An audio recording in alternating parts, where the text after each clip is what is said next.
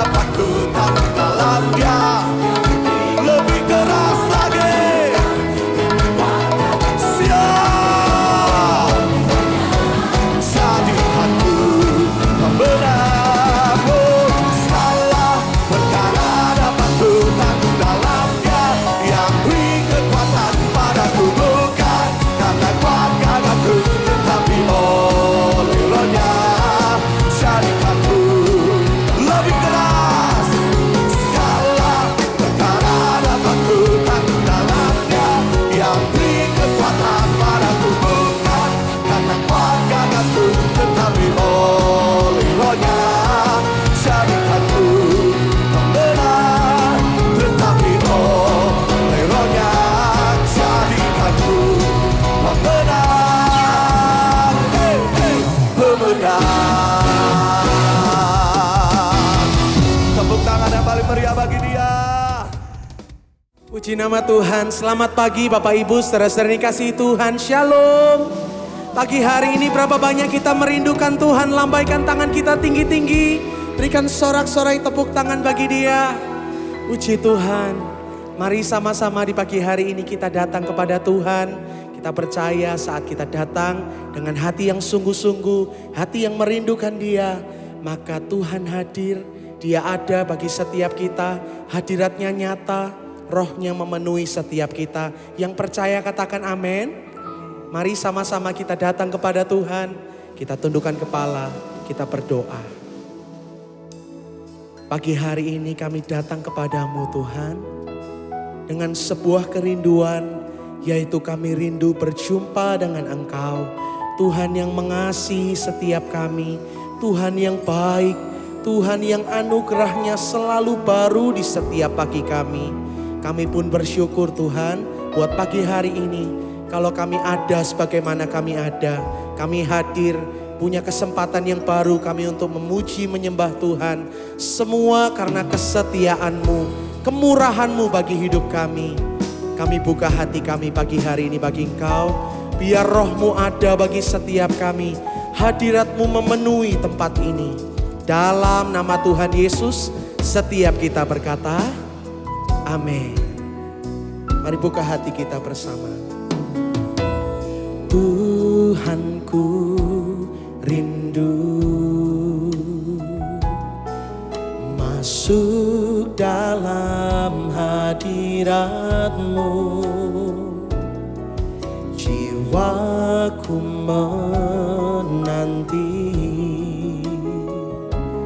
bawaku mendekat kepadamu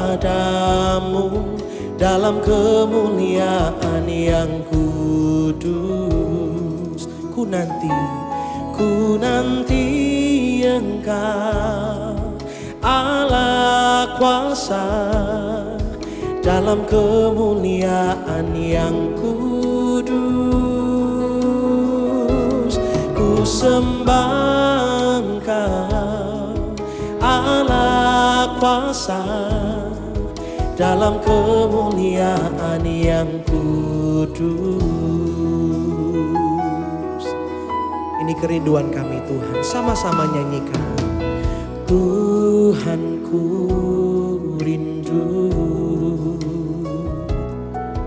masuk dalam hadirat-Mu. Jiwaku menanti, bawaku mendekat kepadamu dalam kemuliaan yang kudus. Satu kali lagi Bapak Ibu saudaraku, katakan Tuhanku rindu. Tuhanku rindu. Ini kerinduan kami Tuhan pagi hari ini. Untuk kami boleh masuk dalam hadirat-Mu. Oh, jiwaku menanti, bawaku mendekat kepadamu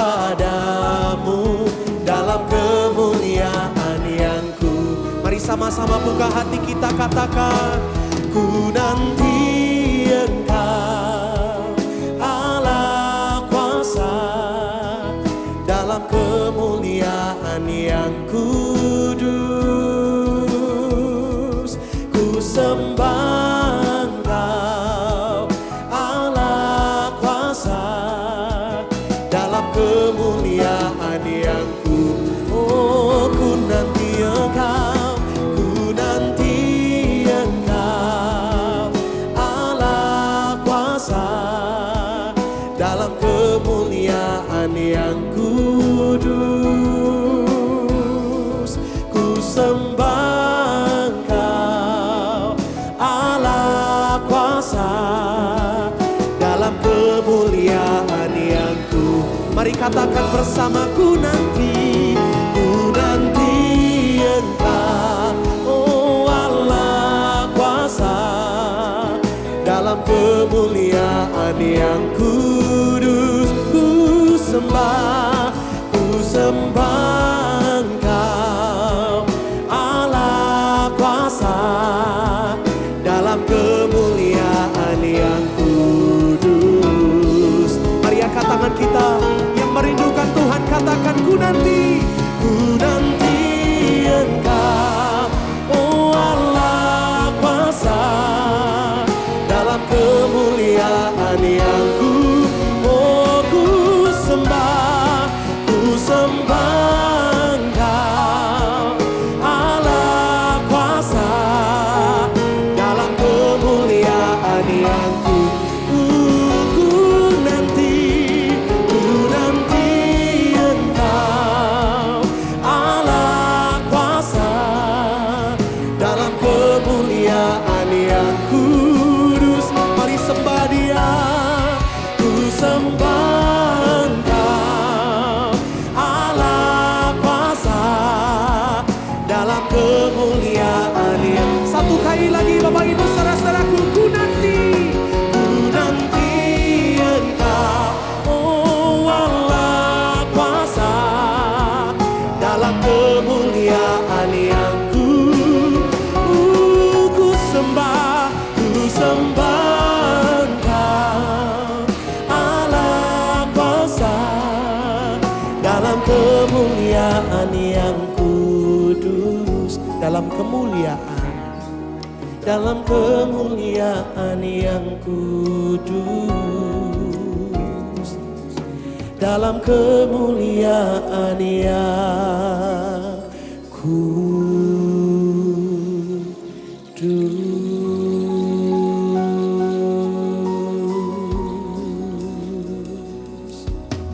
Iralamaya sikarama. Mari bersama-sama pagi hari ini kita buka hati kita di hadapan Tuhan Bapak Ibu. Kita nyatakan kerinduan kita. Mari nantikan pribadinya. Harapkan hadiratnya di tengah-tengah setiap kita. Sembah Dia, sembah Dia. Oh haleluya. Oh, kami datang padamu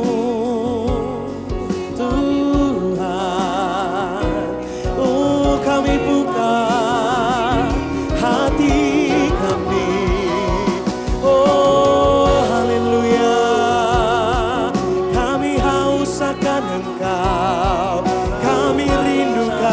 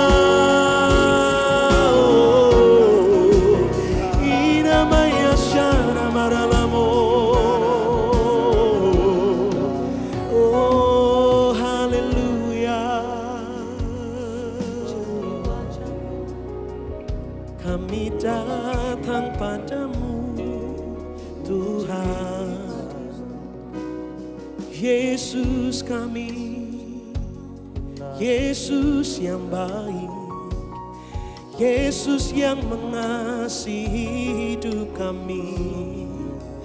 Iralamaya syata karalabaralaba, oralamaya syata karalabara. Sungguh pagi hari ini kami datang kepadamu Tuhan, dengan hati yang sungguh haus dan lapar akan Engkau, dengan jiwa yang sungguh merindukan dan menanti-nantikan Engkau. Sebab Tuhan, ketika kami berjumpa dengan Engkau pagi hari ini, ada perubahan dari hidup kami. Oh Tuhan, kami mendapatkan kekuatan yang baru saat hadirat-Mu ada bagi setiap kami. Ada sukacita yang melimpah bagi setiap kami. Bahkan setiap kami beroleh pengharapan dan damai sejahtera. Bapak Ibu saudara-saudaraku, berapa banyak hatimu haus dan lapar kepada Dia pagi hari ini. Mari sama-sama kita angkat tangan kita, tengadahkan wajah kita kepada Dia. Angkat hatimu, sembah Dia. Hinamaya sikarana maralabo. Haleluya. Penuhi umatmu, sama-sama umatmu. Hinamaya sikarana maralabo. Rohmu memenuhi kami. Hinamaya sikarana maralabo. Penuhi kami Tuhan. Iralawaya sikaralabaralabara. Mari tetap buka hati kita Bapak Ibu saudara-saudaraku. Dimanapun kita duduk, dimanapun kita berada, mari nikmati hadirat-Nya pagi hari ini. Oraramaya syatakaralabaralabaralabara. Hadirat yang membebaskan setiap kita. Iramaya sikarana maralamo. Haleluya. Iramaya sikarana maralamo. Iralawaya syaralabaralabara. Oraramaya sikaralabaralabara. Oraramaya sikarana. Iralamaya sikaralabara. Kami percaya Engkau hadir di tengah-tengah setiap kami Tuhan. Dan hadirat-Mu itu memenuhi hati kami, memenuhi gereja kami di tempat ini. Kami rindu bahwa kami lebih dalam Tuhan, mengalami Engkau, merasakan kasih-Mu, merasakan damai-Mu. Terima kasih Tuhan.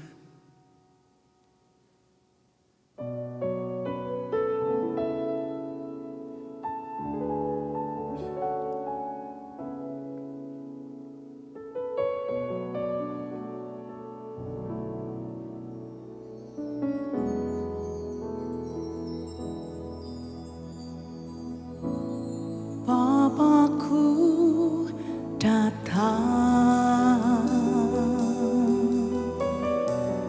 menyembah-Mu di sini.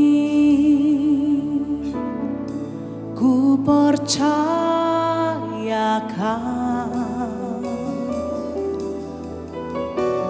ada bagiku. Katakan lagi, Bapakku datang. Bapakku datang menyembah-Mu di sini. Ku percayakan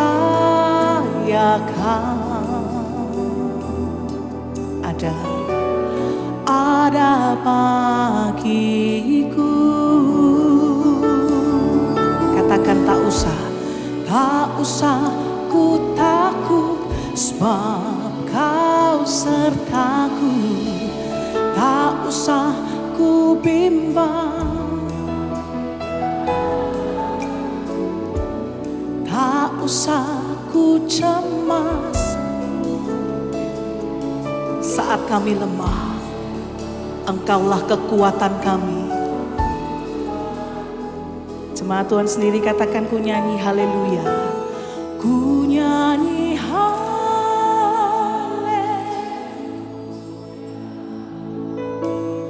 ku nyanyi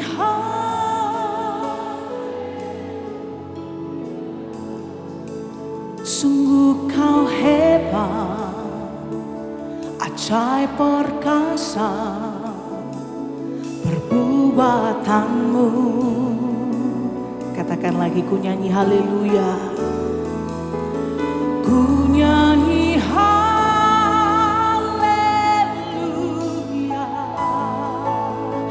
Ku nyanyi haleluya. Sungguh kau hebat, ajaib perkasa perbuatanmu. Di hidupku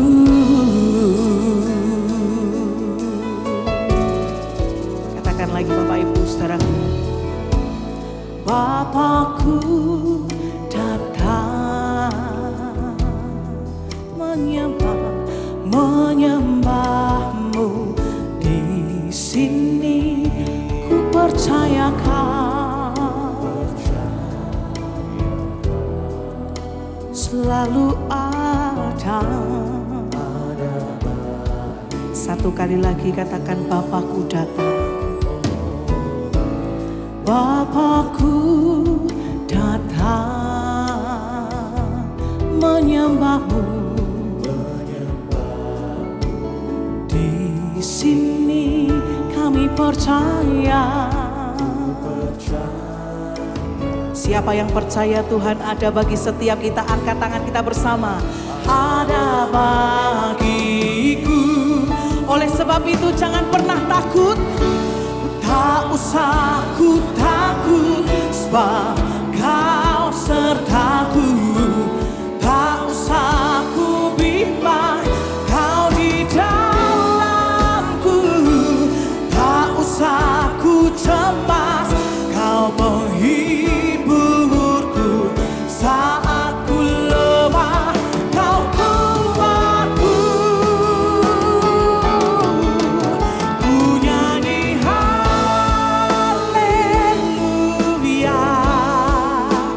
Ku nyanyi haleluya. Sungguh kau hebat, ajaib, ya perkasa perbuatanmu. Kami menyanyi haleluya. Ku nyanyi haleluya. Nyanyi haleluya. Sungguh kau hebat, ajaib perkasa perbuatanmu. Katakan di hidupku.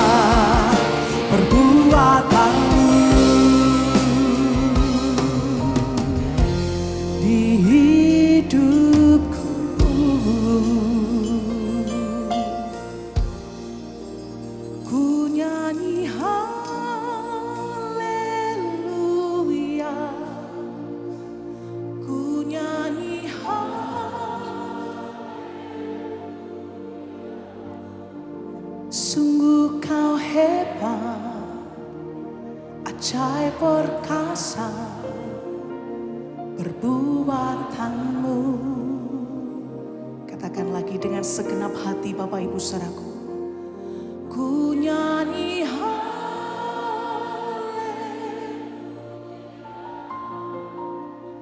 ku nyanyi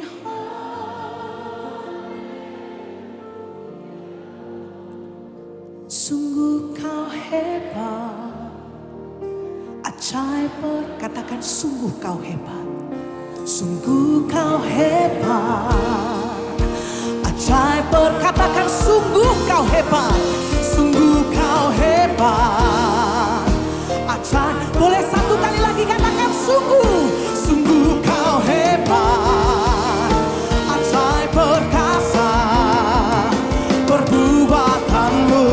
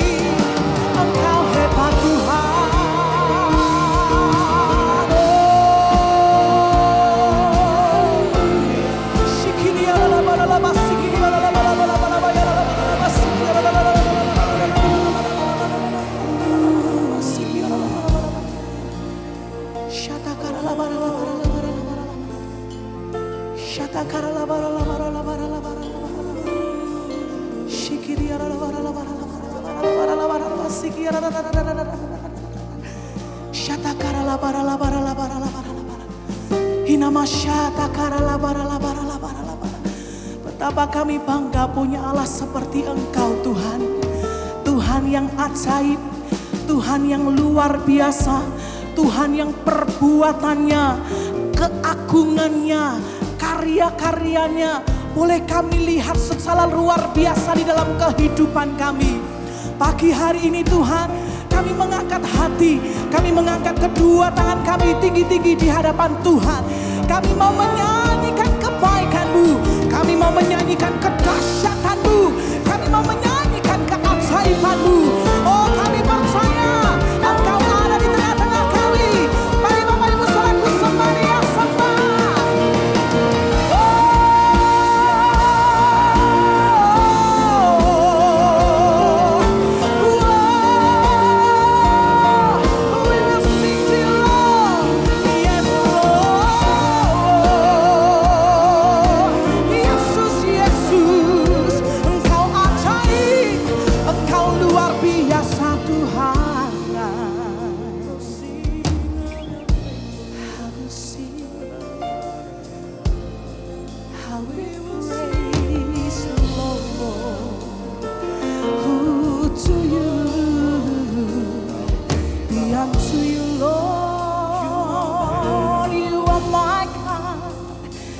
Yes, you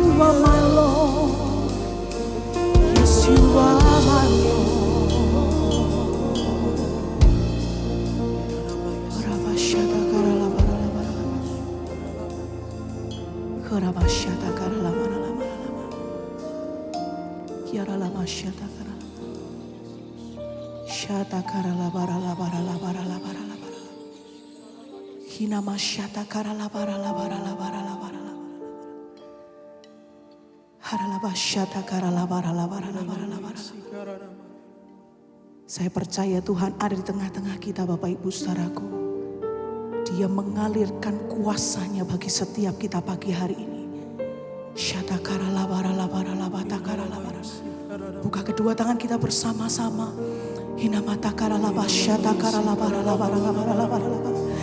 Yang dikaruniai berkata-kata dalam bahasa roh, mulai berkata-kata dalam bahasa roh. Justru waktu kita mengakui kedahsyatan Tuhan kita, ada kekuatan yang dilimpahkan bagi setiap kita pagi hari ini.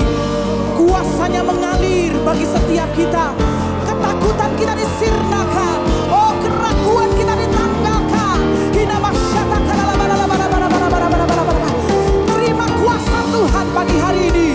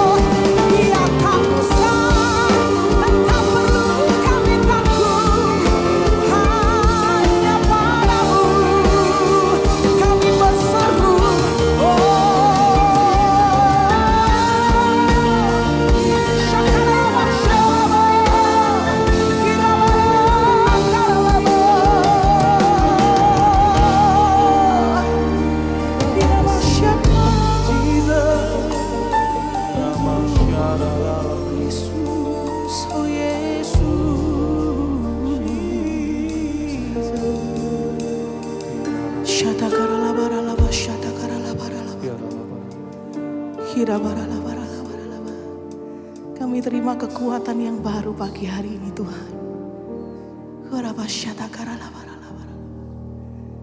Kami terima damai-Mu.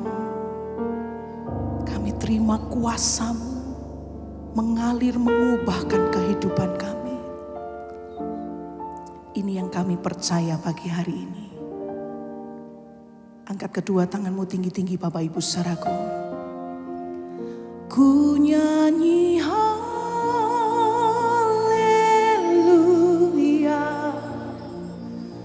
ku nyanyi haleluya.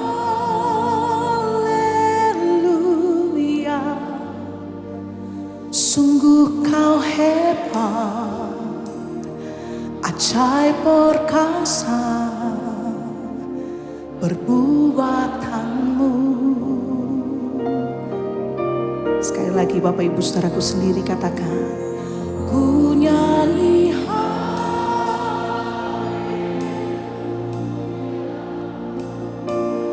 ku nyanyi haleluya.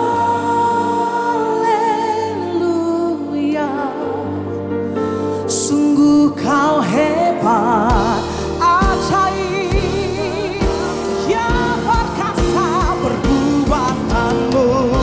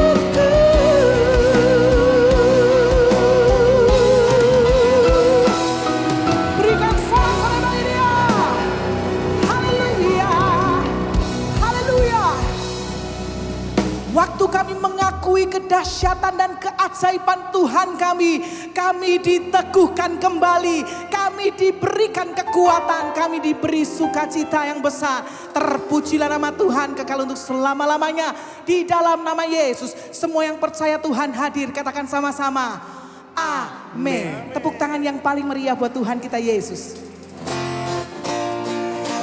Pagi hari ini kita semua percaya bahwa kita merasakan kebaikan Tuhan. Kita mengecap kesetiaannya. Oleh sebab itu mari bersyukur bersama-sama Bapak Ibu. Tuhan kita baik. Haleluya.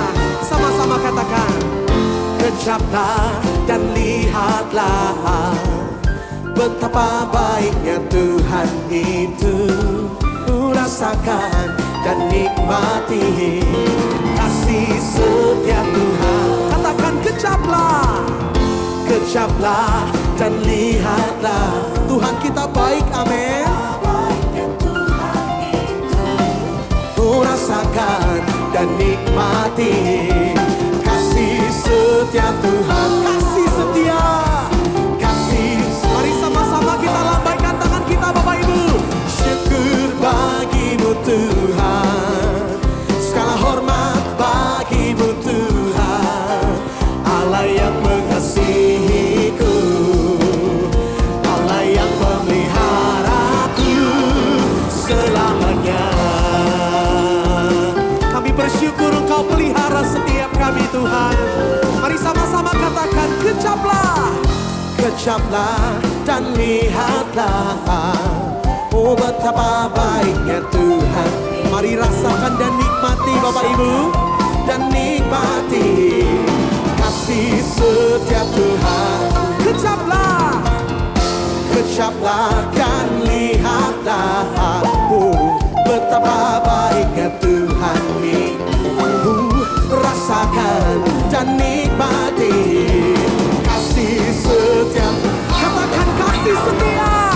Kasih setia Tuhan. Mari bersyukur, syukur bagimu Tuhan, segala hormat bagimu Tuhan, Allah yang mengasihiku, Allah yang memeliharaku.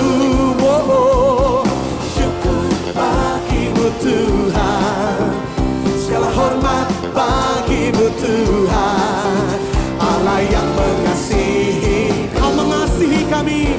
Allah yang memeliharaku selamanya. Kami bersyukur pagi hari ini Tuhan. Engkau baik, Engkau mengasihi setiap kami. Engkau memelihara hidup kami, bahkan gereja kami. Bapak Ibu saudara-saudaraku, pagi hari ini berapa banyak hatimu bersyukur kepada Tuhan. Mari sama-sama angkat tangan kita katakan. Syukur bagimu Tuhan, segala hormat bagimu Tuhan. Oh Allah yang Kau mengasihiku. Oh syukur, oh, syukur bagimu Tuhan, segala hormat bagimu Tuhan. Oh Allah yang mengasihiku, Allah yang memeliharaku selamanya, selama-lamanya. Oh yeah. Katakan. Selamanya, sampai selama-lamanya. Amin. Haleluya. Sungguh Dia Tuhan yang baik dan sukacitanya melimpah buat setiap kita yang percaya, katakan amin. Berikan sorak-sorai bagi Tuhan kita. Mari bersama-sama bertepuk tangan Bapak Ibu saudaraku.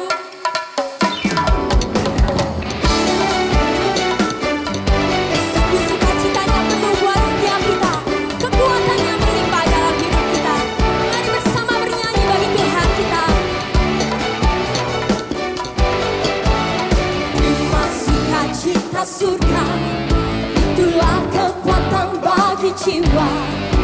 Ku dapat rasakan kasih-Nya di tengah badai.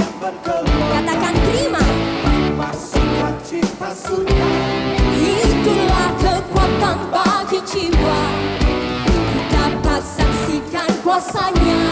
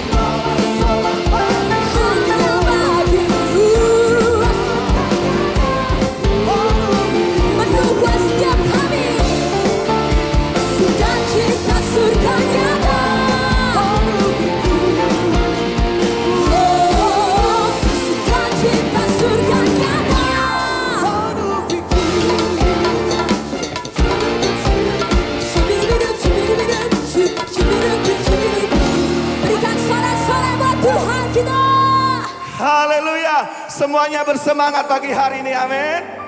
Siapa yang percaya kuasa Tuhan besar dinyatakan bagi engkau dan saya yang percaya, katakan amin. Tepuk tangan bagi dia. Kuasanya membangkitkan, urapan roh bekerja, melanda umat Tuhan.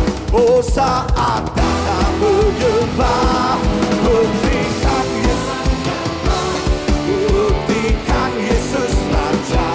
Sekarang ini waktunya, majulah hai pemenang. Kuasanya atas kita membangkitkan.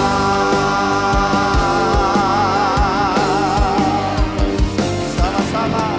Sangkakala berbunyi, oh, tanda panggilan kudus dari seluruh bumi, dari seluruh bumi. Apa? Terdengar suara Kristus. Mari bangkitlah hai tentara Tuhan. Kenakan senjatamu, terima minyak yang baru. Minyak baru telah dicurahkan. Gerejanya, are you ready? Peta dingin, kuasanya membangkitkan, urapan roh bekerja, melanda umat Tuhan. Saat datang menyembah, mujizat telah nyata, buktikan Yesus Raja. Sekarang ini waktunya, majulah hai pemenang. Kuasanya atas kita membangkitkan. Satu kali lagi sama-sama. Sangkakala berbunyi, oh, tanda panggilan kudus dari seluruh bumi, dari seluruh bumi. Terdengar suara Kristus. Mari bangkitlah hai tentara Tuhan. Kenakan senjatamu. Toleh kanan kirimu, katakan minyak baru telah dicurahkan. Gerejanya siap. Sebab kuasanya membangkitkan, urapan roh bekerja, melanda umat Tuhan. Saat datang menyembah, mujizat telah nyata, buktikan Yesus Raja. Sekarang ini waktunya, majulah hai pemenang. Kuasanya atas kita membangkitkan. Kuasanya membangkitkan. Semua tepuk tangan tinggi-tinggi pagi hari ini. Melanda umat Tuhan. Oh, mujizat telah nyata, buktikan Yesus Raja. Sekarang ini waktunya, majulah hai pemenang. Kuasanya membangkitkan, membangkitkan. Sama-sama membangkitkan. Oh, oh, oh. Tepuk tangan yang paling meriah bagi Tuhan kita. Amin. Silakan duduk kembali Bapak Ibu Saudaraku.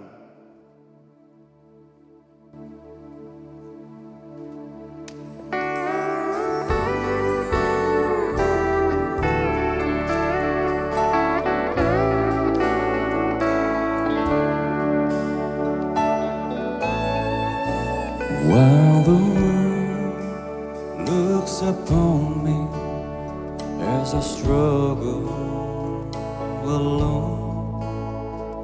They say I have nothing, but they are so wrong. In my heart, I'm rejoicing. How I wish they could see. Thank you, Lord, for your blessings on me. There's a roof up above me. I've a good place to sleep. There's food on my table and shoes on my feet. You gave me your love, Lord, and a fine family. Say it with me. Thank you, Lord, for your blessings on me.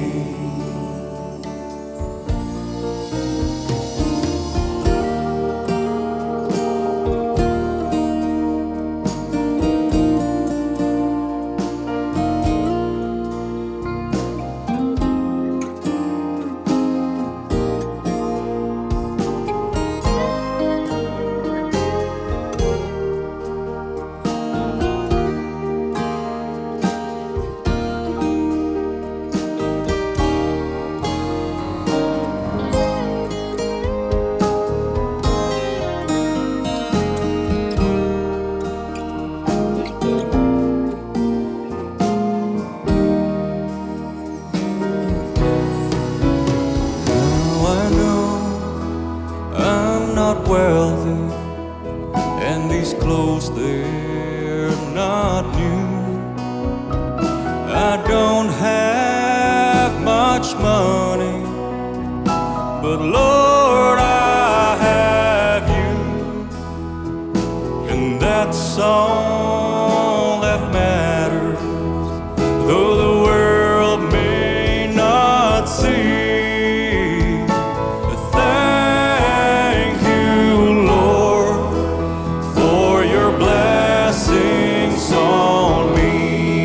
Semua bagian berdiri, saudara.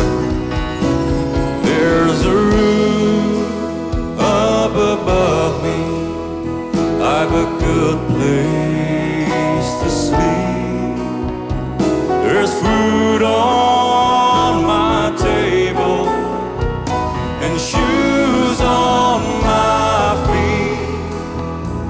You gave me your love, Lord, and a fine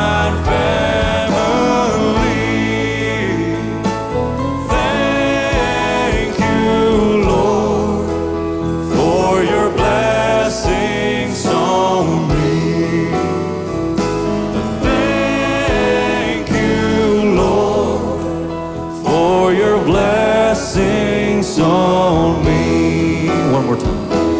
Thank you, Lord, for your blessings on me.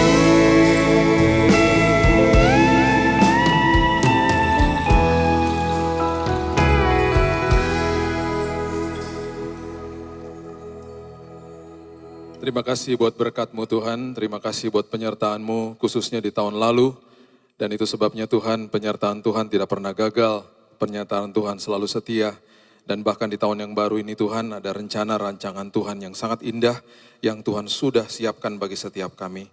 Terima kasih Bapa yang baik, kami percaya, kami menatap sesuatu yang kami tidak bisa lihat secara mata jasmani. Tetapi kami percaya Tuhan bahwa kami akan sampai di ujung tahun ini dengan kesehatan yang sempurna, yang sakit disembuhkan, bahkan dapat kado yang indah dari Tuhan tahun ini. Semua sehat, bukan sekedar di tubuh saja, tapi jiwa dan rohnya juga sehat untuk terus berkarya melayani Tuhan. Kami sambut firman kebenaran, teguhkan firman ini, Roh Kudus yang berbicara. Di dalam nama Tuhan Yesus, kami berdoa dan mengucap syukur, kita sama-sama katakan. Amin, amin, amin, amin. Silakan duduk. Shalom, selamat tahun baru semuanya. Senang kembali ke tempat ini. Saya cuma mau kasih tahu aja, 25 tahun saya pelayanan, ini masuk ke tahun yang ke-26. Saya cuma mau beritahu aja,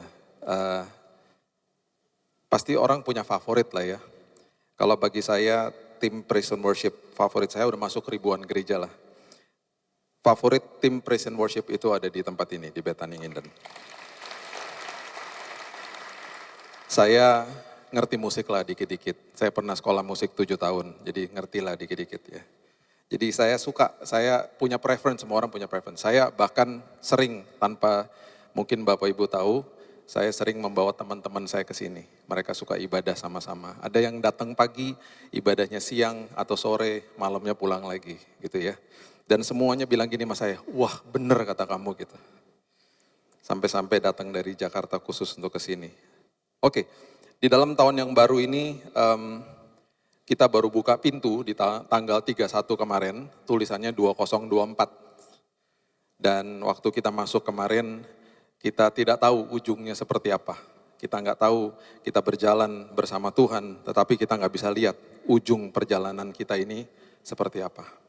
Bahkan di tahun ini kita juga diperhadapkan dengan sebuah keputusan yang harus kita ambil khususnya nanti di tanggal 14 Februari. Jangan bertengkar, jangan leave group. Kalau udah mau pemilu banyak orang sok tahu jadinya. Kadang-kadang berdebat lebih debat daripada mereka berdebat di TV gitu ya. Hargai pendapat masing-masing ya, dengarkan pendapat yang lain, belajar, dapatkan informasi. Di tanggal 14 Februari nanti yang pilih pemimpin bagi bangsa Indonesia adalah Tuhan sendiri. Amin. Itu sebabnya minta hikmat sama Tuhan, pilihlah sesuai dengan apa yang Tuhan kasih tahu di hati kita. Itu aja, sederhana kok ya. Jangan bertengkar. Saya lihat ada keluarga sama keluarga sampai bertengkar, teman sama teman kehilangan hubungan cuman gara-gara hal-hal seperti ini. Leave group lagi. Di sini sih nggak ada pasti yang leave group. Banyak orang leave group, aduh sampai sedih lihatnya. Oke, buka sama-sama saya di Yohanes pasal yang ke-10, ayat yang ke-10. Ini ayat populer, mungkin sudah dihafal juga, dikatakan gini ya, Yohanes 10 ayat yang ke-10. Pencuri datang hanya untuk mencuri dan membunuh dan membinasakan. Aku datang, Yesus datang, kita barusan merayakan Natal, aku datang, aku tiba di bumi ini dengan wujud manusia, aku datang supaya mereka mempunyai hidup,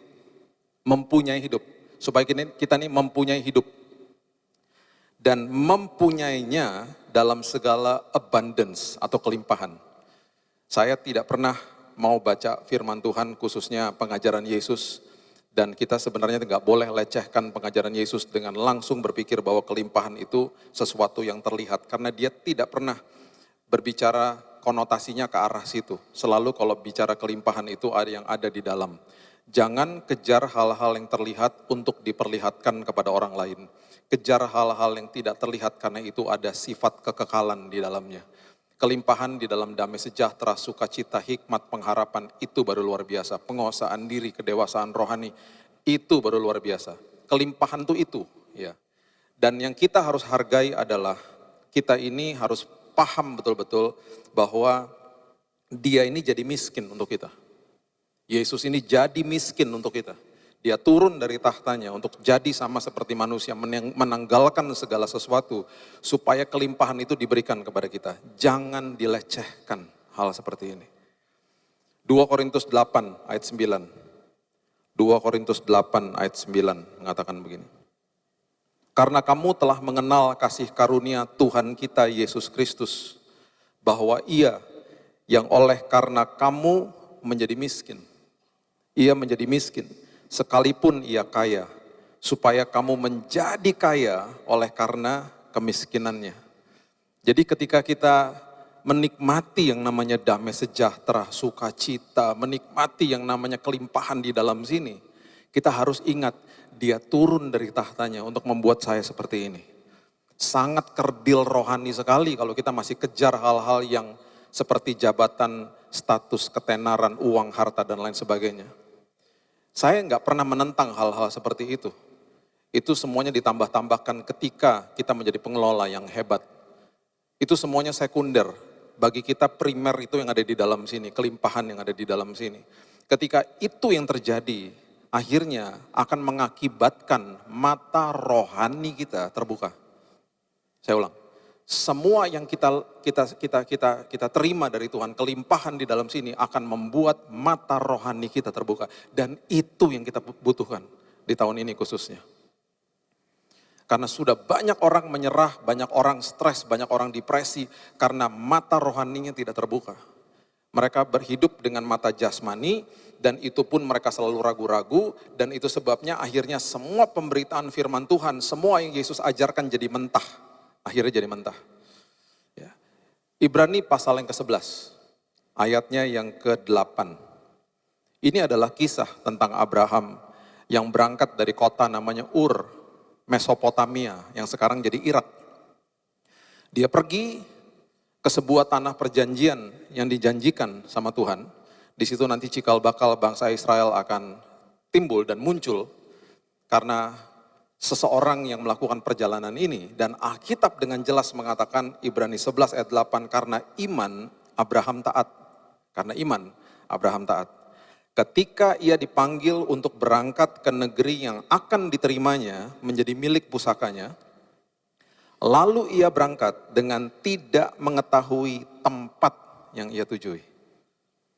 Jadi Tuhan hanya kasih arahnya, tempat tujuannya nggak dikasih tahu. Tuhan hanya kasih tahu arahnya di tahun ini, nih loh nak, arahnya ke sini. Ujungnya nggak dikasih tahu dan nggak kelihatan. Tapi dia berangkat juga, dia berangkat dengan iman tanpa mengetahui kota yang ia tujui. Dan bahkan di ayat 9 dikatakan, karena iman ia diam di tanah yang dijanjikan itu, seolah-olah di suatu tanah asing. Dan di situ ia tinggal di kemah dengan Ishak dan Yakub yang turut menjadi ahli waris janji yang satu itu. Dan bahkan kalau kita baca di perjanjian lama, Abraham ini dikatakan sebagai stranger in the land. Dia dikatakan bahwa dia adalah pendatang dan orang asing. Dan bahkan waktu dia mau menguburkan istrinya Sarah di Hebron, dia minta izin kepada orang Het, orang lokal. Izin ya guys, izin ya. Dan bahkan kalau kita belajar ceritanya dia nggak pernah tinggal di dalam kota di mana Tuhan akhirnya tunjukkan dia tinggal di tenda di luar. Karena dia menganggap dirinya adalah pendatang dan orang asing. Bukan jadi orang eksklusif dan menghakimi, bukan. Dia membantu orang-orang di tanah Kanaan. Dia membantu mereka, dia ikut berserta dengan mereka. Dia berteman dengan mereka, punya hubungan yang sangat baik. Tetapi dia pendatang. Nanti satu hari kita bahas firman Tuhan tentang arti daripada sebuah utusan atau seorang utusan. Yang adalah kita semua di tempat ini. Kita ini bahasa Inggrisnya deployed, bukan employed. Deployed by the kingdom. Kita dikirim sama kerajaan. Itu sebabnya di Korintus dikatakan kita adalah the ambassador of Christ. Kita adalah utusan kerajaan sorga yang ada di muka bumi. Itu sebabnya Yesus katakan, walaupun kita ada di sini, kita bukan berasal dari sini. Itu sebabnya ketika kita makin mengerti ini, kita makin paham. Walaupun hal-hal buruk terjadi di dalam dunia ini, ya memang karena dunianya sudah jatuh. Saya bukan berasal dari sini. Nanti satu hari saya akan dipanggil pulang ke markas besar, ke negara kerajaan tempat asal saya. Semuanya gitu, jadi kita ngerti selama saya di sini, tugas saya adalah menularkan budaya kerajaan sorga. Dengan semua kreativitas, talenta, kepribadian, dan semua karunia yang Tuhan sudah tetapkan dalam hidup saya. Jadi akhirnya paham, makin ngerti, makin merdeka hidupnya. Nah ini pelan-pelan mulai Tuhan ajarkan dan waktu akhirnya Yesus hadir pun ada sebuah kisah yang sangat indah. Saya nggak punya waktu untuk bahas itu. Ada sebuah kisah yang sangat hebat yang dari arah-arahnya juga mirip-mirip dengan Abraham, yaitu di arah-arah di situ ya Irak, Iran yang sekarang itu datanglah orang-orang Majus. Dan orang Majus waktu mereka sampai ke Yerusalem, mereka tidak pernah tahu bahwa Yesus itu lahir di Bethlehem. Sampai mereka dikonfirmasi oleh Raja Herodes lewat para ahli Taurat yang membuka gulungan kitab-kitab Nabi. Jadi bisa bayangkan mereka berangkat dari timur Yerusalem menuju ke Yerusalem.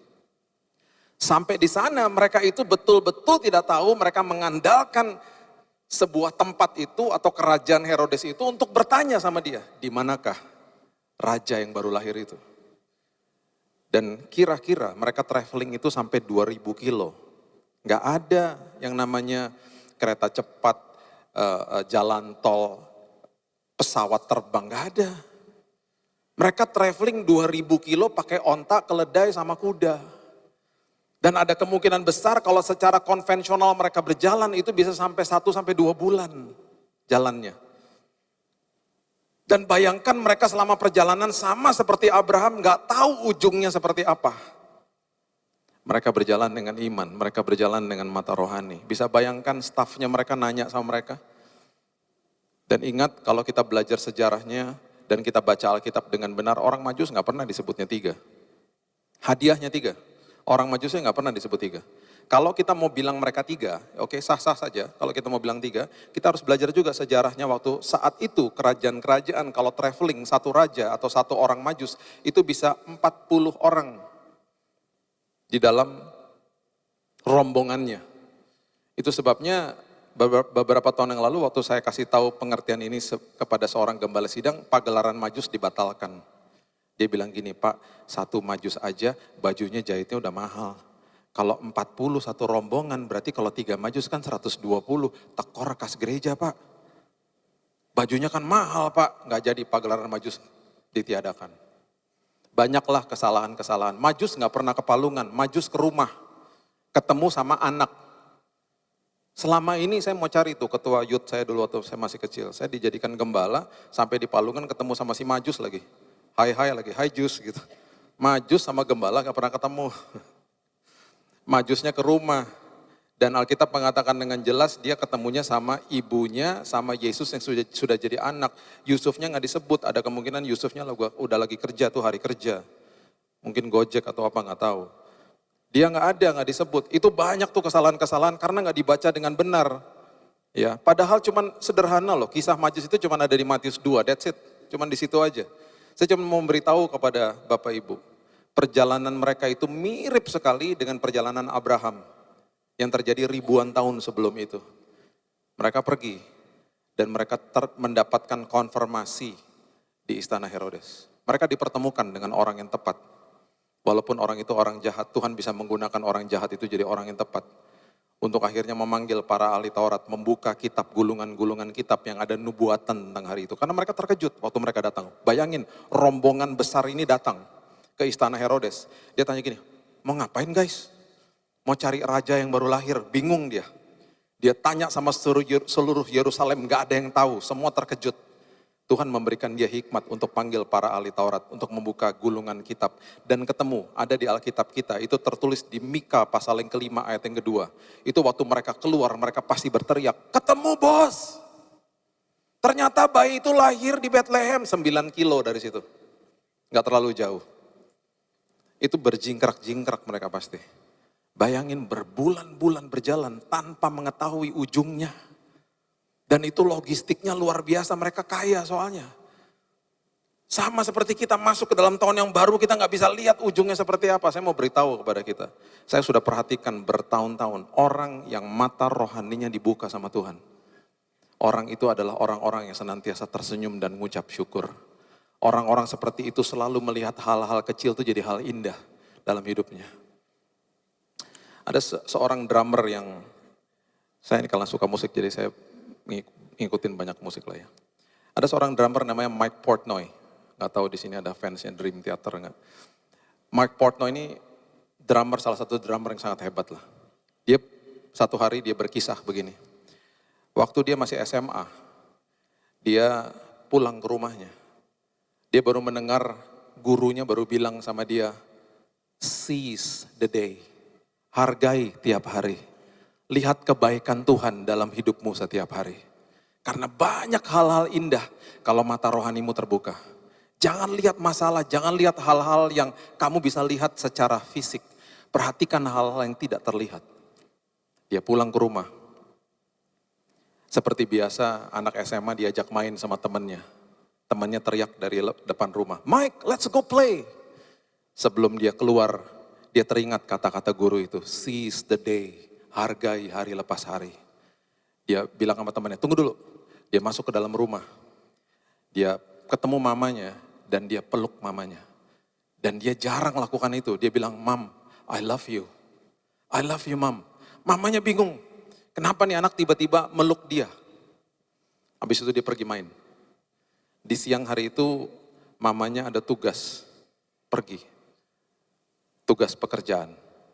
Mamanya pergi naik pesawat terbang. Dan pesawatnya crash, jatuh. Mamanya meninggal sore hari itu.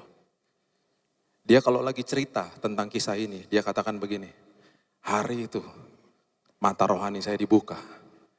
Saya lihat kebaikan seseorang yang akhirnya membuat saya, walaupun saya sedih, saya gak nyesel. Hari itu saya kembali ke dia dan saya peluk dia. We never know, kita gak pernah tahu.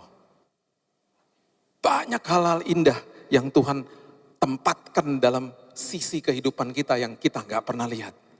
Karena kita dibutakan, karena kita selalu iblis tujuannya untuk membutakan kita dari kebaikan Tuhan. Dan kita diperhadapkan dengan masalah, dengan problema yang kita lihat dan kita lupa bahwa banyak hal-hal indah yang terjadi di samping kita. Yohanes pasal yang ke-14, ada sebuah prinsip yang luar biasa. Yohanes 14 ayat yang ke-5, ini Tuhan atau Yesus sedang berdiskusi dengan Thomas dan dia katakan begini, ayat yang sangat-sangat hebat. Dikatakan begini, kata Yesus kepadanya, akulah jalan, akulah kebenaran dan hidup. Tidak ada seorang pun datang kepada Bapa kalau tidak melalui aku. Perhatikan kalimat-kalimat ini, aku jalan, kebenaran dan hidup. Yang dia sedang kasih tahu sama kita adalah gini, nak, masuk jalan sini. Tapi aku gak bisa lihat Tuhan. Aku gak dapat kepastian kalau suruh masuk jalan situ. Benar tuh Tuhan jalannya? Iya, masuk jalan sini. Tapi aku gak bisa lihat. Gak apa-apa, sama aku kan jalannya. Waktu kita masuk ke dalam jalannya dia. Di tengah jalan, kita akan diperlihatkan kebenaran demi kebenaran. Kita akan belajar kebenaran demi kebenaran. Setelah itu baru kita menikmati hidup yang berkelimpahan. Jalan, kebenaran, dan hidup. Sama dunia dibalik. Sama dunia dibalik. Dunia bilang apa? Gak mau. Itu jalan aku gak bisa lihat kok. Aku gak punya kepastian di situ kok. Aku mau hidup. Dimulai dengan hidup dulu. Aku mulai dengan hidup sesuai dengan keinginanku. Nanti di tengah jalan aku akan membenarkan caraku. Baru aku cari jalannya. Wow. Dibalik sama dunia. Dibalik sama dunia. Karena apa? Orientasinya mata jasmani. Kalau kita ikuti yang Yesus ajarkan jalan kebenaran dan hidup, itu mata rohani. Tetapi sama dunia dibalik, sama iblis dibalik, itu adalah mata jasmani. Gak mau. Kalau sesuatu yang gak pasti gak mau. Saya akan hidup sesuai dengan apa yang saya inginkan. Nanti saya akan benarkan apa yang saya lakukan, baru saya cari jalannya. Sama seperti negara Amerika, berapa puluh tahun yang lalu. Kami gak mau diatur sama kebenaran firman Tuhan. Ini negara didirikan di atas firman Tuhan. Kami gak mau. Kami maunya apa? Kami mau cara kami sendiri. Kami mau LGBT disahkan. Kami mau supaya aborsi disahkan. Itu keinginan daging kami. Kami mau hidup seperti itu. Akhirnya apa? Mereka membenarkan cara mereka hidup dengan apa? Masuk ke dalam kongres. Minta sama kongres untuk apa? Untuk mensahkan dan melegalkan semua yang mereka lakukan. Disahkan kan hari ini? Perkawinan sesama jenis di semua provinsi, bahkan boleh mengadopsi anak. Bayangkan anak-anak besar di dalam sebuah keluarga, dua-duanya pria, dua-duanya wanita. Itu diperbolehkan di sana. Makin bejat moralnya. Mereka cari hidupnya, mereka tentukan hidupnya seperti itu. Mereka benarkan, baru mereka cari jalannya. Dan orang-orang seperti itu akhirnya hidupnya stres. Karena gak pernah jalan pakai mata rohani. Itu sebabnya, coba lihat ini. Yesaya 9 ayatnya yang ke-6. Bagi saya firman Tuhan itu buat nagih bagi saya. Saya tuh kalau baca firman, gak itu di pesawat, gak di mana gitu ya.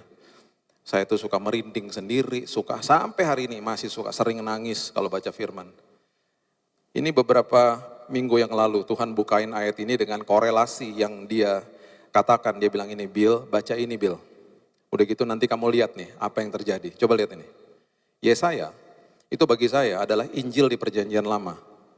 Apalagi Yesaya 53, waduh itu kalau kita baca tentang Christmas ya misalnya, kita kan hanya terpaku misalnya Matius sama Lukas saja, karena cuma 2 kitab itu yang menjelaskan tentang kelahiran Yesus. Kelahiran Yesus itu sudah dibentangkan di perjanjian lama, bahkan ratusan ayat-ayat tentang kelahiran Yesus. Bahkan kalau kita mau lihat, itu kelahiran Yesus itu dibentangkan dari Kejadian sampai Wahyu. Di Wahyu juga ada, oh ada. Yohanes satu-satunya murid yang tidak mati martir menulis tentang sesuatu yang sudah terjadi. Dia tulis, nanti akan ada, waktu itu sudah terjadi, maksudnya terjadi ada iblis yang mau mengejar, memburu sang wanita untuk membunuh anaknya. Oh ada semuanya, sampai kitab Wahyu. Jadi kedatangan Yesus itu luar biasa. Nah kitab Yesaya di ayat 9 ayat 6 dikatakan begini. Sebab seorang anak telah lahir untuk kita. Kita sudah sering baca ayat ini. Seorang putra telah diberikan untuk kita, lambang pemerintahan ada di atas bahunya. Namanya disebutkan orang, perhatikan nama ini. Penasehat ajaib, Allah yang perkasa, Bapa yang kekal. Dan setelah itu dikatakan apa? Bapa yang kekal dan kemudian Raja damai. Perhatikan urutan-urutan ini. Perhatikan urutan ini. Waktu masuk ke dalam sebuah jalan yang tidak menentu, dia katakan begini, tenang, aku penasehat ajaib. Selagi kamu berjalan, kamu gak bisa lihat ujungnya.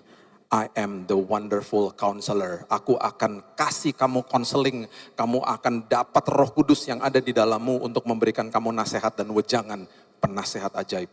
Waktu lagi kita jalan, kita menemukan kebenaran. Kebenarannya apa? Ternyata Allah saya adalah Allah yang perkasa, Bapa yang kekal. Dan setelah kita ngalamin kebenaran itu, kita mengalami hidup yang berkelimpahan. Dan hidup yang berkelimpahan itu adalah hidup yang merupakan penuh dengan damai dan sukacita. Karena dialah Raja Damai. Korelasinya dahsyat. Korelasinya luar biasa. Dan itu sebabnya dia katakan, aku nih jadi miskin supaya kamu jadi kaya.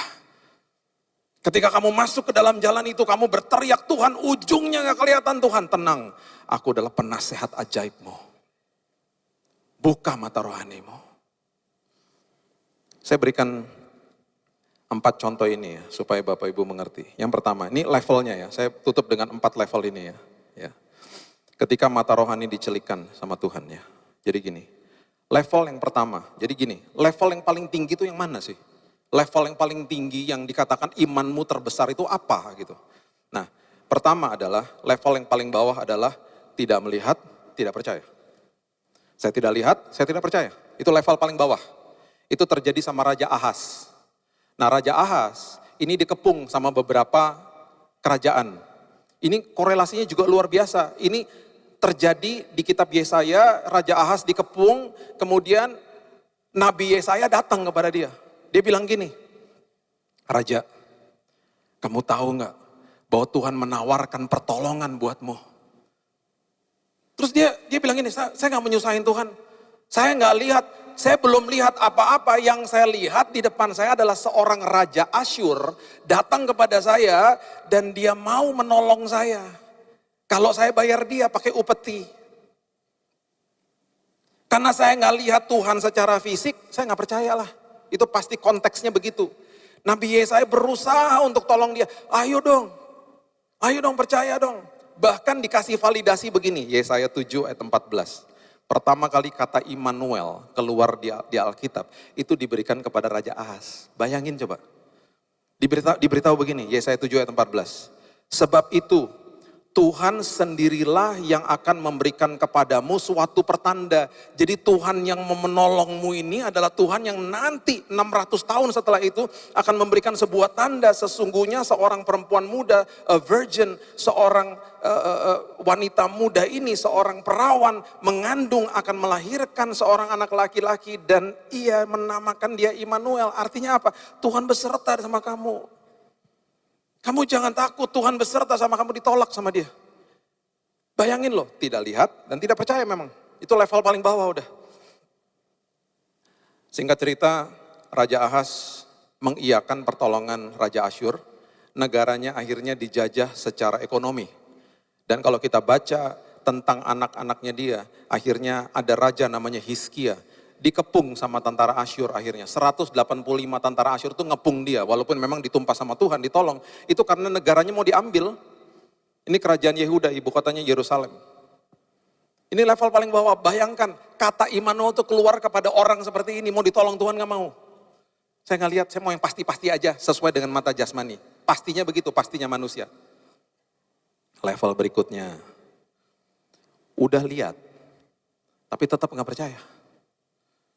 Tadi nggak lihat, nggak percaya, ya udahlah itu manusia pada lazimnya begitulah. Sekarang udah lihat, tapi tetap nggak percaya. Banyak orang begitu. Udah lihat, udah tahu ada kesaksian hidup yang luar biasa, nggak percaya. Tetap nggak percaya. Perhatikan Matius 28, ayat 2 sampai ayat 4. Matius 28 ayat 2 sampai ayat yang keempat. Yesus bangkit dari kuburnya. Maka terjadilah gempa bumi yang hebat sebab seorang malaikat Tuhan turun dari langit dan datang ke batu itu dan menggulingkannya lalu duduk di atasnya. Wajahnya bagaikan kilat dan pakaiannya putih bagaikan salju. Dan penjaga-penjaga itu gentar ketakutan dan menjadi seperti orang-orang mati. Menyaksikan prosesi ketika Yesus bangkit. Dilaporkan ke mahkamah agama. Ini bukan hoax, ini kabar betul, kabar benar. Matius 28 ayat 13 mencatat ini. Ketakutan dong mahkamah agamanya. Mereka membuat sebuah hoax yang lebih besar lagi, sebuah kebohongan. Ya. Kamu harus mengatakan, ini mahkamah agama katakan, bahwa murid-muridnya datang malam-malam dan mencurinya ketika kamu sedang tidur. Udah lihat, tapi gak percaya. Yesus bangkit loh. Dapat kabar nomor 1, kabar dari ring satunya, penjaganya bilang dia bangkit. Maka agama bilang, oke, kalau ini bisa menimbulkan chaos nih.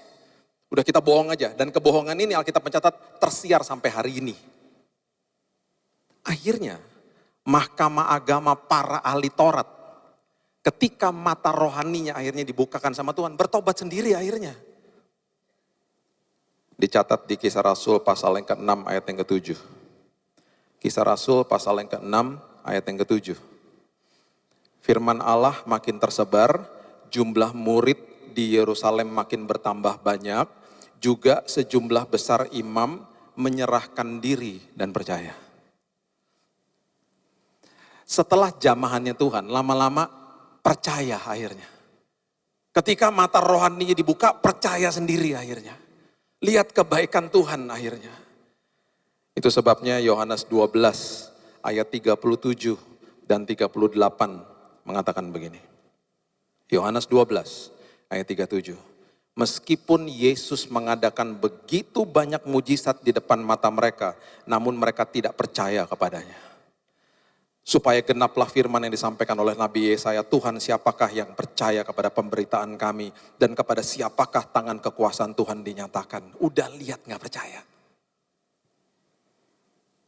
Itu sebabnya ya, banyak orang akhirnya tidak ngeh sama hal-hal yang terjadi di sekitarnya. Ada seorang pemain biola namanya Joshua Bell. Ini kisah nyata. Beberapa tahun yang lalu dia punya konser, kalau saya lupa kalau nggak di Washington DC, di New York. Konsernya tuh mahal lah, jutaan lah kalau masuk ke konsernya. Dia punya biola tuh dari tahun 1700. Jadi mahal memang. Orang juga kalau ngerti musik mau lihat biolanya soalnya juga, dan mainnya bagus. Satu hari di malam ketika dia mau konser, dia iseng-iseng, dia turun ke subway, ke stasiun kereta bawah tanah. Dia turun ke situ, dia pakai topi, ya, dia main biola di situ. Sambil nunduk ini dia main biola. Itu katanya ribuan orang, kan turun naik subway kereta kan, wah ribuan orang lalu lalang di situ. Tiba-tiba ada seorang ibu yang sadar bahwa itu Joshua Bell, dan ibu ini nggak punya uang untuk datang ke konsernya karena mahal. Dia liatin, dia deketin, kemudian dia gini, Joshua Bell yang ngangguk sambil main. Iya. Oh oke gitu. Dia satu-satunya ibu yang nonton konser gratis 40 menit di stasiun kereta bawah tanah. Dia cuma kasih tip $20 di situ. Di ujung dia cuma bilang gini, thank you. Gak ada yang tahu. Gak ada yang tahu. Tuhan itu hadir dalam hidup kita 24 jam. Seringkali kita nggak sadar dia hadir karena kita komplain. Nanti bulan depan kita bahas tentang the power of thanksgiving. Kuasa daripada ucapan syukur. Kita diarahkan mata kita untuk lihat masalah sama iblis. Kita nggak hargai hal-hal sederhana dalam hidup ini. Kita bahkan nggak sadar dia hadir. Padahal dia selalu ada, nggak pernah tinggalin kita. Itu Tuhan. Nah kemudian level yang berikutnya. Yohanes 20 ayat 29. Saya tutup sama ini ya. Yohanes 20 ayat 29. Dia katakan begini sama Thomas. Lihat, baru percaya. Tidak lihat, tidak percaya. Lihat, tidak percaya. Sekarang level yang ketiga. Lihat, percaya. Ya itu sah-sah aja lah. Lihat, percaya ya sah-sah aja lah. Banyak orang lihat akhirnya percaya. Makanya dia bilang gini. Karena engkau telah melihat aku udah bangkit ini, maka engkau percaya. Ini level yang paling tinggi ada di ayat ini, di bagian kedua dia katakan begini. Berbahagialah. Kata berbahagia itu artinya diberkati. Makarios. Saya berani katakan di tempat ini. Berbahagia dan diberkatilah kita semua yang ada di dalam tempat ini. Yang tidak melihat namun percaya. Itu level yang paling hebat. Kita nggak lihat Yesus secara fisik. Dan kita bilang, aku percaya Tuhan. Aku percaya Tuhan. Itu sebabnya iman yang dia katakan iman terbesar ada di ayat ini. Matius pasal yang ke-8, ayat yang ke-5 sampai ayat yang ke-10 mengatakan begini. Matius pasal yang ke-8, ayat 5 sampai 10. Ketika Yesus masuk ke Kapernaum, datanglah seorang perwira mendapatkan dia dan memohon kepadanya. Tuhan, hambaku terbaring di rumah karena sakit lumpuh dan ia sangat menderita. Orang ini orang Romawi. Dia paham prinsip kerajaan. Dia bukan orang Yahudi. Dia bilang, ini hambaku terbaring di rumah karena sakit lumpuh. Ia sangat menderita, tolong. Yesus berkata kepadanya, aku akan datang menyembuhkannya. I will come. Saya akan datang. I will presently be there. Saya akan physically be there. Saya akan secara fisik akan datang menyembuhkan dia. Tetapi jawab perwira itu kepadanya, Tuhan, aku tidak layak menerima Tuhan di dalam rumahku. Katakan saja sepatah kata, maka hambaku itu akan sembuh. Dengan kata lain, I believe in your words. Saya percaya sama firman-Mu. Engkau enggak usah hadir secara fisik. Firman-Mu sanggup menyembuhkan. Sebab aku sendiri seorang bawahan dan bawahku ada pula prajurit. Jika aku berkata kepada salah seorang prajurit itu pergi, maka ia pergi. Dan kepada seorang lagi datang, maka ia datang. Ataupun kepada hambaku kerjakanlah ini, maka ia akan mengerjakannya. Katakan saja. Dengan kata lain dia mengatakan begini, saya mengerti prinsip kerajaan. Karena dia dari kerajaan Romawi. Setelah Yesus mendengarkan hal itu, heranlah ia. Yesus heran kepada kita semuanya. Karena kita percaya walaupun kita nggak lihat. Dan berkata kepada mereka yang mengikutinya, aku berkata kepadamu sesungguhnya iman sebesar ini. Tidak pernah aku jumpai pada seorang pun di antara orang Israel. Dan ayat 13 dia tutup dengan begini. Lalu Yesus berkata kepada perwira itu, pulanglah, jadilah kepadamu seperti yang engkau percaya. Maka pada saat itu sembuhlah hambanya. Bapak Ibu yang datang hari ini mungkin dengan sakit penyakit. Saya percaya di dalam nama Tuhan Yesus. Dan engkau bisa katakan kepada tubuhmu, ada tertulis Tuhan, bilurmu sudah menyembuhkan aku. Terjadilah sesuai dengan imanmu. Terjadilah sesuai dengan imanmu. Saya tutup sama kisah nyata ini ya. Ini kisah tentang papa saya. Papa saya, semua orang pasti ada kekurangan. Ya, semua ada kekurangan. Tetapi salah satu kehebatan daripada papa saya adalah dia sangat mengasihi mama. Dan dia sering memberikan bunga kepada mama saya. Sampai-sampai anak-anak suka bingung. Pah, ini kan bukan hari Natal. Ini kan bukan hari ulang tahun. Ini kan bukan Valentine. Jawaban dia apa? Emangnya harus hari ulang tahun sama Valentine kalau kasih bunga? Mama saya pernah staycation, cuman sehari pergi sama kakak-kakak nginep di hotel, itu pun juga di kota Jakarta. Besoknya pulang ada bunga segede-gede bagong, tulisannya welcome home. Please deh Pak. Kenapa sih segede-gede gitu? Kangen, elah. That's my dad. Tanggal 7 Juli, tahun 2010. Mereka berdua keluar dari rumah karena papa mau nganterin mama pergi ke kelompok sel seperti FA di sebelah rumah. Sebelah rumah tuh rumah kakaknya mama saya, rumah tante saya. 6:30 papa nganterin dia ke pagar, papa bilang sama dia, mereka kalau ngomong bahasa Belanda, Eke nggak ikut ya. Mama bilang, ya kenapa? Terus itu kan ada cucu di rumah, nanti kalau sempat nyusul aja. Gitu. Jadi mama pergi, diliatin sama dia.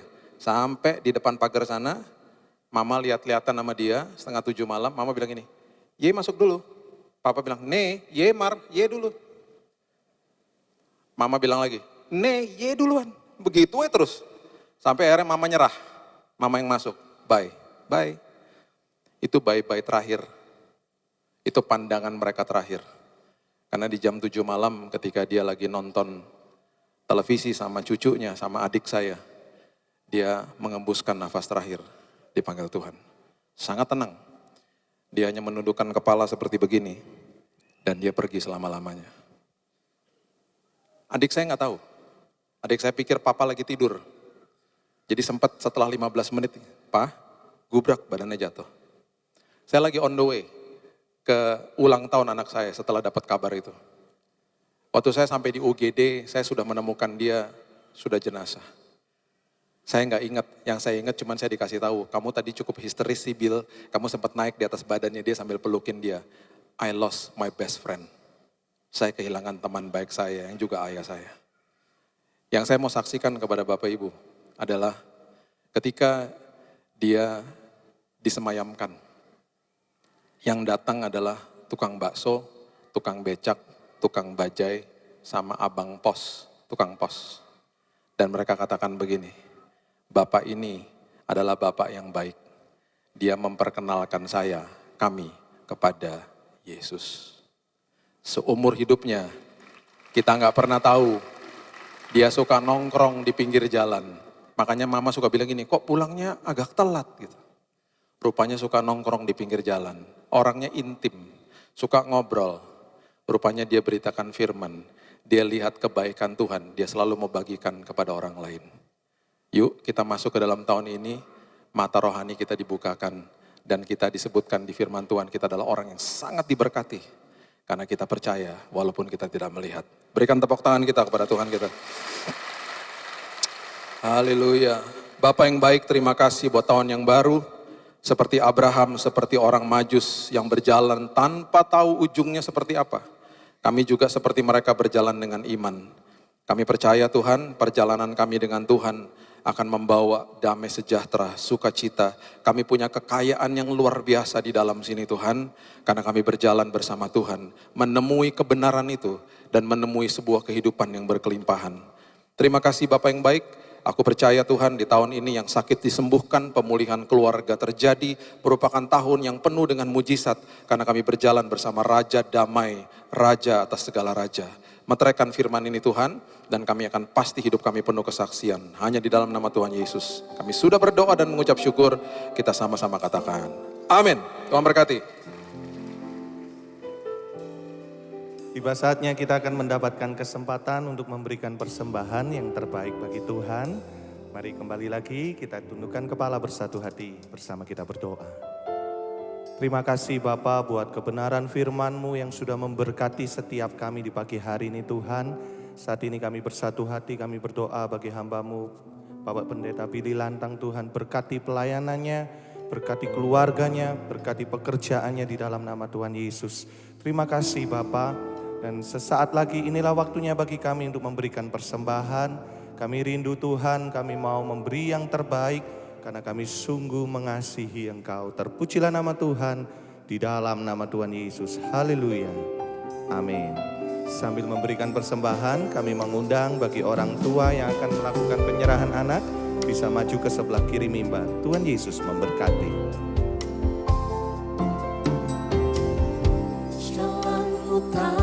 Selami